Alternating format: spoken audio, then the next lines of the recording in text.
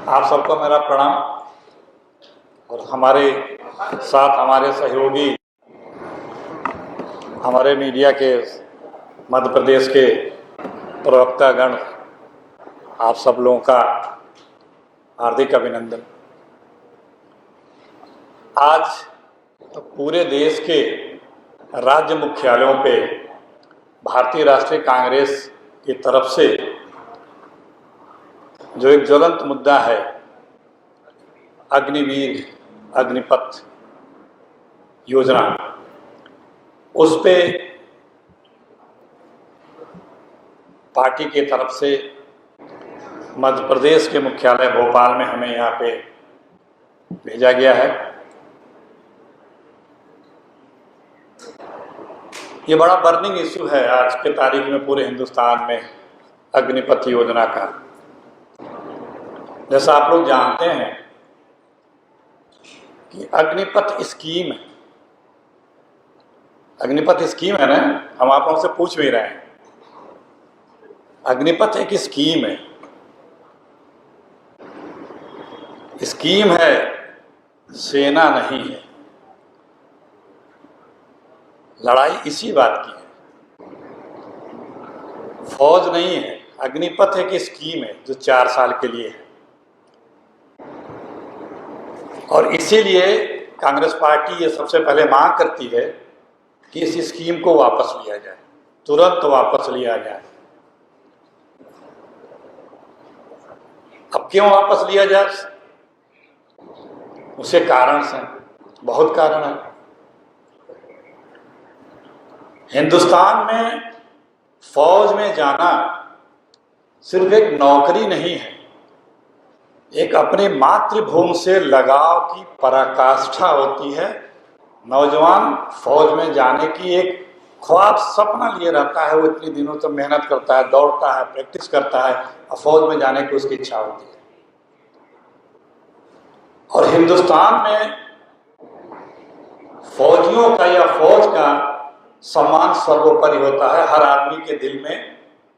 वो अगर फौज में है तो, और रिटायर हो गया तो, वो एक बार फौज में भर्ती हो गया तो आजीवन उसे लोग गांव में या कहीं पे भी बुलाता है तो कहते हैं ये फौजी भाई, ये फौजी हैं।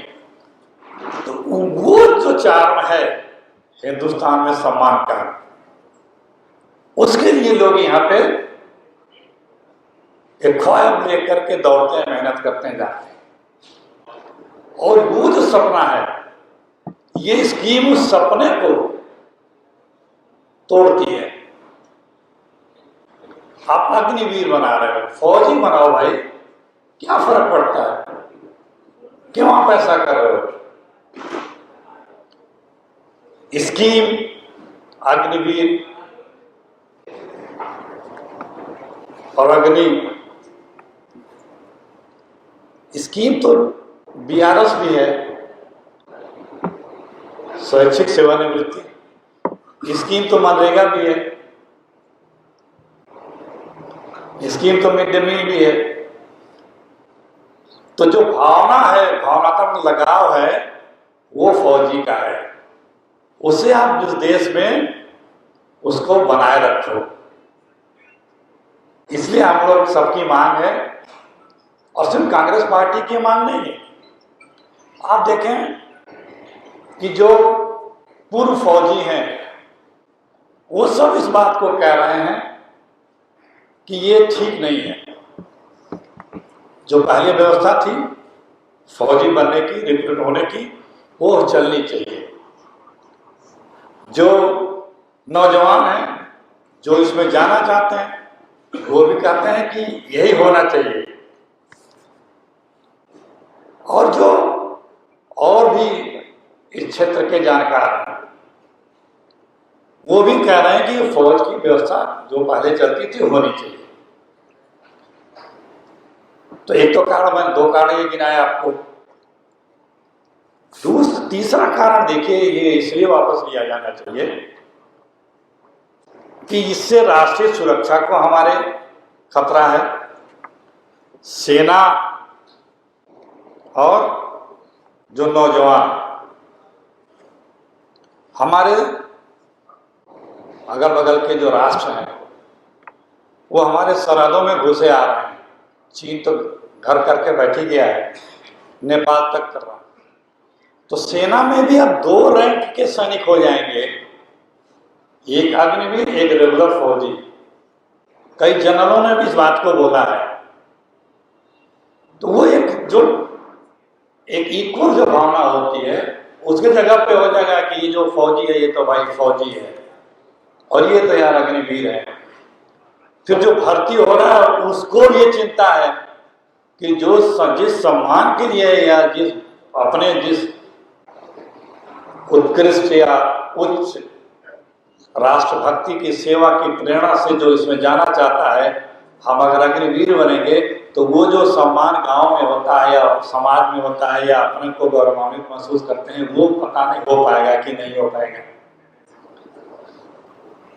और कोई ऐसा प्रॉब्लम ही नहीं है कि ये इन चीज को मान लेने में सरकार को, तो सरकार को ये मान लेना चाहिए। अब है क्या, जब से आदरणीय मोदी जी की सरकार आई है तब से बिल बनाने का जो स्थान है, कानून बनाने का स्थान है, वो संसद के बजाय कहीं और हो गया। ये निर्णय ले लेते हैं, सरकार निर्णय ले लेती है, फिर उस पर बहस करती है, फिर उसमें सुधार करती है, और फिर जब उनको नहीं समझ में आता है कि गलत हो गया है अब, तो उसको वापस ले लेती है। इसमें भी यही हुआ, 4-5 सुधार हो चुके हैं अग्निपथ स्कीम और अग्निवीर में, पहले घोषित कर दिया।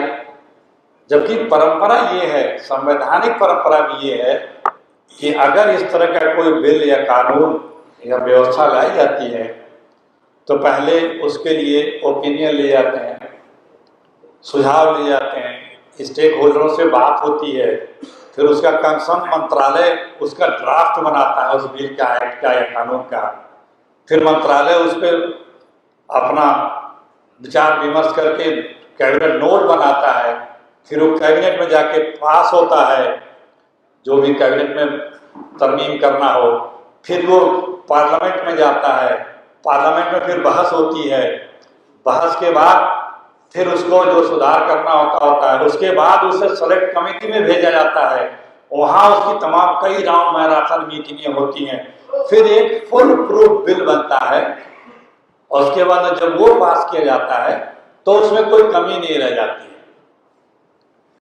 इसी तरह का जो किसान बिल लाए थे, 3 बिल लाए थे, वो भी बना दिया गया अचानक। बाद में उसमें कितने संशोधन हुए, सालों किसान दिल्ली की सीमा पे गांधीवादी तरीके से सत्याग्रह किए, 700 से ऊपर किसानों की प्राण चले गए, शहीद हो गए, करीब 2500 तो उसमें अमेंडमेंट किए गए, और अंत में उस बिल को वापस लेना पड़ा। मेरा कहने का मतलब ये कि बिना सोचे समझे ये सरकार बिल ला देती है, बहस करती है, फिर जबरदस्ती थोपती है कि सही है, बहुत देर में जब उन्हें समझ में आता है तब वो वापस लेते हैं। तो ये अभी समय है, इसे तुरंत वापस कर लेना चाहिए आदरणीय मोदी जी की सरकार को। और देखिए, पूरी बीजेपी ढोल पीटती है कि हमने सेना को 1 रैंक 1 पेंशन स्कीम में ला दिया, और ये क्या है, ये जो नई स्कीम अपनाए हैं, नो रैंक नो पेंशन। उस जवान को नो रैंक नो पेंशन में आप ला रहे हो पूरी आधी से ज्यादा सेना को, और आप कहते हो कि हम 1 रैंक 1 पेंशन की बात करते हैं। ये दोनों बातें आपकी कॉन्ट्राडिक्टरी हुई। वो सुविधा, ये वो लाभ, फिर वो आपने अभी 2 साल के लिए एज बढ़ाई है, 21 साल या 23 साल के बाद वो बेचारा क्या करेगा। हालांकि आपके मध्य प्रदेश में एक सीनियर बीजेपी के नेता ने बता दिया है कि वो क्या करेगा। हालांकि खुद भी उनका अगर कोई इंटरव्यू ले तो चौकीदार के पोस्ट पे शायद उनका सिलेक्शन ना हो पाए, उस क्राइटेरिया में भी वो फिट नहीं बैठेंगे, लेकिन वो फौजियों को प्रति क्या भाव रखते हैं वो उन्होंने बताया। तो इतनी कम उम्र में रिटायर होने का जो डंस है या जो उसके ऊपर बोझ आएगा उसका सोच पे, वो कितना मेंटली टॉर्चर करेगा आदमी को। और देखिए एक बड़ी अजीब सी बात है, आज बहुत से लोग निकल के आके कह रहे हैं कि हम 4 साल बाद नौकरी दे देंगे, 4 साल बाद जब वो रिटायर होके आएंगे तो हम उनको जॉब देंगे। आज देने को तैयार नहीं है। आज भी तो रिटायर्ड फौजी हैं। आज जो लोग जॉब नहीं दे पा रहे हैं, कह रहे हैं कि मेरे पास नौकरी नहीं है, जो प्राइवेट सेक्टर के लोग या जो बड़े बड़े लोग बोल रहे हैं, लेकिन वो बोल रहे हैं कि 4 साल बाद हम दे देंगे। अरे भाई 2.5% फौजियों का ही, रिटायर्ड फौजियों को ही जॉब मिल पाया अभी तक। आज ही दे के दिखाओ ना कि जो ये बोल रहे हैं कि हम रिटायरमेंट के बाद 4 साल बाद हम इन फौजियों को जॉब देंगे, कुछ इंडस्ट्रियलिस्टों ने ट्वीट किया, कुछ ने बोला है, कुछ बोल रहे हैं, तो आज क्यों नहीं रख दे रहे हैं? तो ये जो सरकार का ये तरीका है सरकार का कि लोगों को कह के एक अपने पक्ष में बयान दिलवा के माहौल बनावे, लेकिन आज हर कोई, हर नौजवान या जो भी हो, जो इसका पक्ष ले रहा है उससे भी सच्चाई पता है, वो जिस कारणों से पक्ष ले रहे हो, लेकिन हर नौजवान को, हर व्यक्ति को ये पता है कि ये क्या है, इसमें कितनी कमियां हैं और कितने इसके आगे चल के दुष्परिणाम उस जवान को, नौजवान को उठाने पड़ेंगे।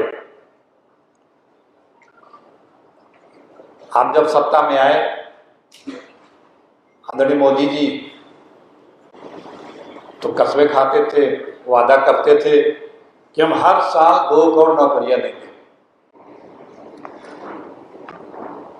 नौकरियां तो कई करोड़ चली गई, देने का तो छोड़िए। और जिस फौज में 48-50 हजार हर साल फौजी रिक्रूट होते थे, 2 साल से तो वो बंद है। 2 साल पहले लाखों नौजवानों ने रिटर्न और फिजिकल दिया था और उसका रिजल्ट नहीं निकला, और अब कह दिया कि वो नॉन इनवैलिड हो गया। तो उन नौजवानों पे सोचिए कि क्या हो रहा होगा कि जिन्होंने इतनी मेहनत करके परीक्षाएं दे दी और वो इस आस में बैठे थे कि अब मेरा रिजल्ट निकलेगा, मेरी नौकरी लगेगी, लग सकती है, क्योंकि 40, 45, 48 हज़ार तो लगती, लाखों में लोग दिए होते हैं एग्जाम सब टेस्ट, तो वो भी खत्म कर दिया।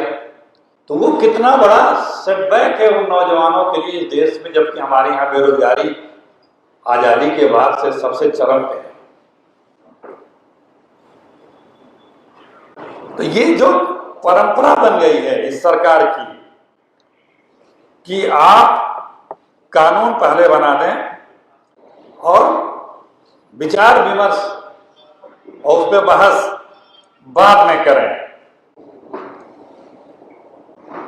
आज भी संभवतः आदरणीय मोदी जी मन की बात कर रहे हैं, करने वाले हैं। मन की बात खूब करते हैं हमारे आदरणीय प्रधानमंत्री जी, लेकिन जन की बात की कभी नहीं सुनते।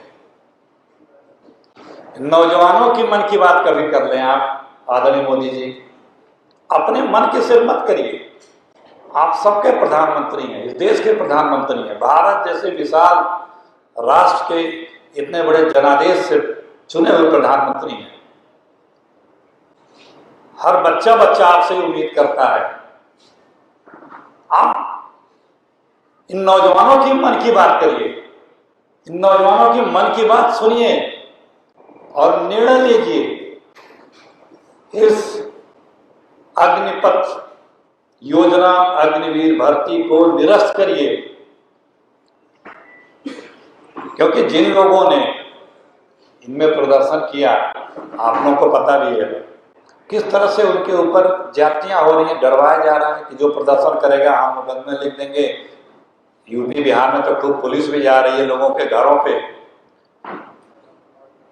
कि हम लिख देंगे तो तुम्हारा कहीं भविष्य में किसी नौकरी में नहीं तुम आ पाओगे। 1-2 फौज के बड़े अधिकारियों ने भी ये इस तरह से बातें कही कि अगर ऐसा करोगे तो भर्ती में नहीं आ पाओगे। एक मिनिस्टर हैं जो पहले फौजी रहे हैं, जनरल रहे हैं, उनके भी बयान आपने सुने कि किस तरह से वो उपहास और अवहेलना करते हुए शब्दों का प्रयोग कर रहे हैं कि कौन बुला ही रहा है उनको, कौन दे ही रहा है ऐसे लोगों को। ये देश के भविष्य है, नौजवान। और फोर्सेज बहुत बड़ी तादाद में हिंदुस्तान में लोगों को बेरोजगारी कम करने का, रोजी रोजगार देने का। हालांकि फौज और फोर्सेज सिर्फ नौकरी नहीं है, सिर्फ नौकरी नहीं है। तो ये इतनी जो बातें हैं, इन बातों का सिर्फ लबाब एक है कि आप आदरणीय प्रधानमंत्री जी इस बिल को, इस कानून को, इस नई व्यवस्था को, अग्निवीर स्कीम को आप वापस लें। करीब 26 लाख पद केंद्र सरकार के मंत्रालयों में खाली है। ये ऑथेंटिक आंकड़ा है। और पूरे देश में लगभग कुल मिला के 40 लाख पद खाली है। भर्ती न करने का क्या रिवाज सरकार ने नया बना रखा है? ऐसा लगता है कि नौजवानों से, बेरोजगारों से पढ़ लिख करके जो इतना मेहनत करके आगे आ रहा है, आप सब लोग, हम सब लोग मध्यम वर्गीय परिवार से आते हैं। माँ बाप किस तरह से आप लोगों के, हमारे, आपके सबके बच्चे किस तरह से बच्चे को अच्छी से अच्छी शिक्षा देने के लिए अपना सब कुछ कटौती करके उसे पढ़ाता है कि ये आगे बढ़े, अच्छी सी पढ़ाई करे, अच्छे से अच्छे स्कूल कॉलेज में पढ़े और अच्छी सी जॉब पावे। वो अपने सारी ख्वाहिशों को मार करके माँ बाप या परिवार के लोग, कई बार तो ऐसी भी नौबत आती है कि माताएं अपना जेवर गहना रख देते हैं, खेल बारी रख देते हैं। तो आप उनकी भावनाओं को समझिए कि कितनी उम्मीदों से उन लोग, वो बच्चे, वो नौजवान पढ़े हैं, मेहनत किए हैं, आगे आए हैं। परिवार ने कितनी उम्मीदें उनसे लगा रखी हैं और वो खुद कितने लालायित हैं और किस तरह से आज मायूस हो रहे हैं। तो ये जो नौजवानी है, ये अगर मायूस होगी तो देश नहीं आगे बढ़ पाएगा। ये देश के भविष्य है। आप भविष्य को रिटायर करना चाहते हो? फिर एक बार कहूंगा, आप सब लोग प्रभु सब मेरी बातों को, मेरे मकसद को समझ चुके हैं कि इस स्कीम से फायदा नहीं है। इस स्कीम से सब तरह का नुकसान है। नौजवानों का भी नुकसान है, सेना का भी नुकसान है, हमारे सुरक्षा को भी नुकसान है। राष्ट्रीय सुरक्षा के साथ भी आज के तारीख में हमें ढील देने की आवश्यकता नहीं है। हर तरफ लोग आंखें तरेर के देख रहे हैं। तो ये वापस ले, और इसे वापस लेना पड़ेगा इस सरकार, क्योंकि किसी के हित में नहीं है। जो इस देश के और देशवासियों के हित में नहीं है, कांग्रेस पार्टी ऐसे बिल को वापस लेने के लिए हर लड़ाई लड़ेगी। 27 तारीख को पूरे देश में इसके खिलाफ ब्लॉक स्तर तक धरना और प्रदर्शन का आयोजन कांग्रेस पार्टी ने कर रखा है और हम इसकी लड़ाई शांतिपूर्ण तरीके से, सत्याग्रही तरीके से, गांधीवादी तरीके से लड़ेंगे और इस सरकार को हम मजबूर करेंगे कि ये जो बिल है इसे वापस लिया जाए। बहुत बहुत धन्यवाद जी।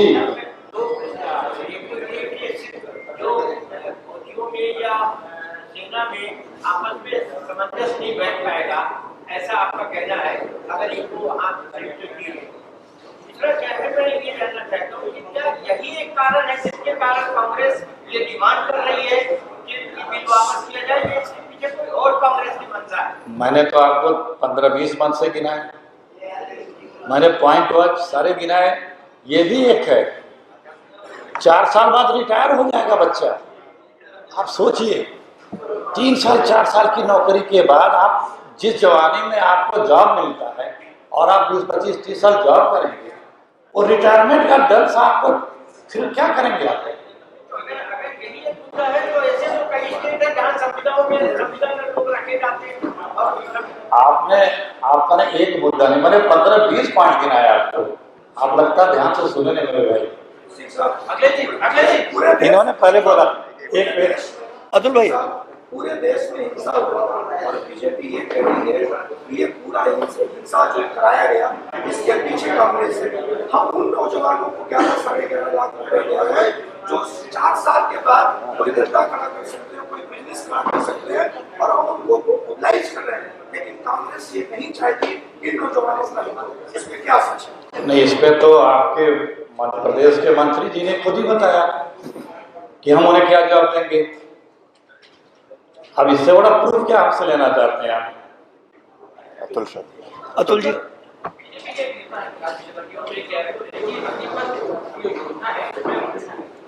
प्राथमिकता दी जाए, बीजेपी के जो दफ्तर है वहाँ पे चौकीदार में प्राथमिकता दी जाए, तो आपको लगता है कि पूरी तरीके से जो युवा है इनका तो मजाक उड़ा दिया गया? ये देखिए, ये बहुत दुखद है कि रूलिंग पार्टी के अपने वरिष्ठ नेता किस प्रकार से हमारे फौजी या एक्स फौजियों के प्रति भाव रखते हैं। मैंने कहा ना कि फौजी होना और नौकरी में जाना और फौज में जाना, फौज भी नौकरी है लेकिन उसमें जज्बा दूसरा होता है। अभी यहाँ कोई फौजी आ जाए, हम सब लोग का भाव उसके प्रति बदल जाएगा।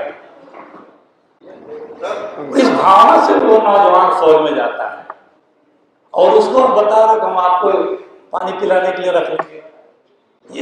ये भावना ऐसे नेताओं को नहीं, बीजेपी के नेताओं को शोभा नहीं देती। हालांकि वो अपनी भावना का एक तरह से प्रदर्शन कर रहे हैं, अच्छी बात नहीं है। 27 तारीख को तलाक का प्रदर्शन है, लेकिन मध्य प्रदेश में तो आचार संहिता लगी है। जी, यहाँ पे चुनाव चल रहे हैं तो जहाँ पे अभी उस क्राइटेरिया में आएगा करेंगे, बाद में फिर हमारे प्रदेश अध्यक्ष जी लोग आपको बैठ के फिर दूसरी तिथि भी उसके तय करेंगे।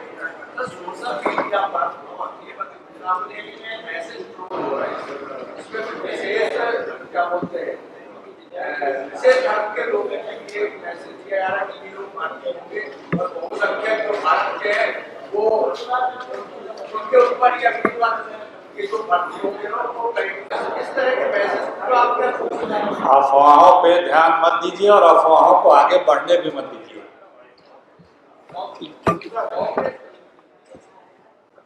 आप उत्तर प्रदेश से आते हैं जी, उत्तर प्रदेश का सेना में बहुत नए नौजवान सेना में जा सकते हैं, लेकिन उत्तर प्रदेश में ऐसा कोई कांग्रेस ने युवाओं के संबंध में बड़ा विरोध प्रदर्शन नहीं किया, भले ही गांधीवादी तरीका है। क्या ये माने कि उत्तर प्रदेश में कांग्रेस पूरी हो चुकी है? देखिए, कांग्रेस तो 135-30 साल की तो है ही, लेकिन कांग्रेस जो है जैसे एक परिवार होता है ना, उसमें बुजुर्ग भी है, नवजात शिशु भी है, ये परिवार है। बीजेपी ये नहीं करती है, वो क्या क्या करती है उस पर जाने दीजिए। तो हम लोगों ने दिल्ली में कार्यक्रम किए, अब पूरे देश में किए, और हम लोगों का जो आपसे बताया कि इस बिल को वापस सरकार को लेना पड़ेगा। क्यों नहीं हुआ, ये कैसे पता आपको नहीं हुआ? उत्तर प्रदेश का रहने वाला हूं, मैं जिले से आता हूं, वहां पे सिर्फ युवा। अरे भाई, अभी कांग्रेस की पहली धरने की डेट तो कल दी गई है। अरे इसके पहले तो वो जो हो रहा था वो नौजवान अपने आप कर रहे थे, हमने दिया। अभी तो कांग्रेस लड़ेगी, चिंता मत करिए, और इसको वापस लगा लेके दिखाइए। जैसे कुछ पता लगेगा सबसे पहले हम आपको बताएंगे। थैंक यू भैया, थैंक यू।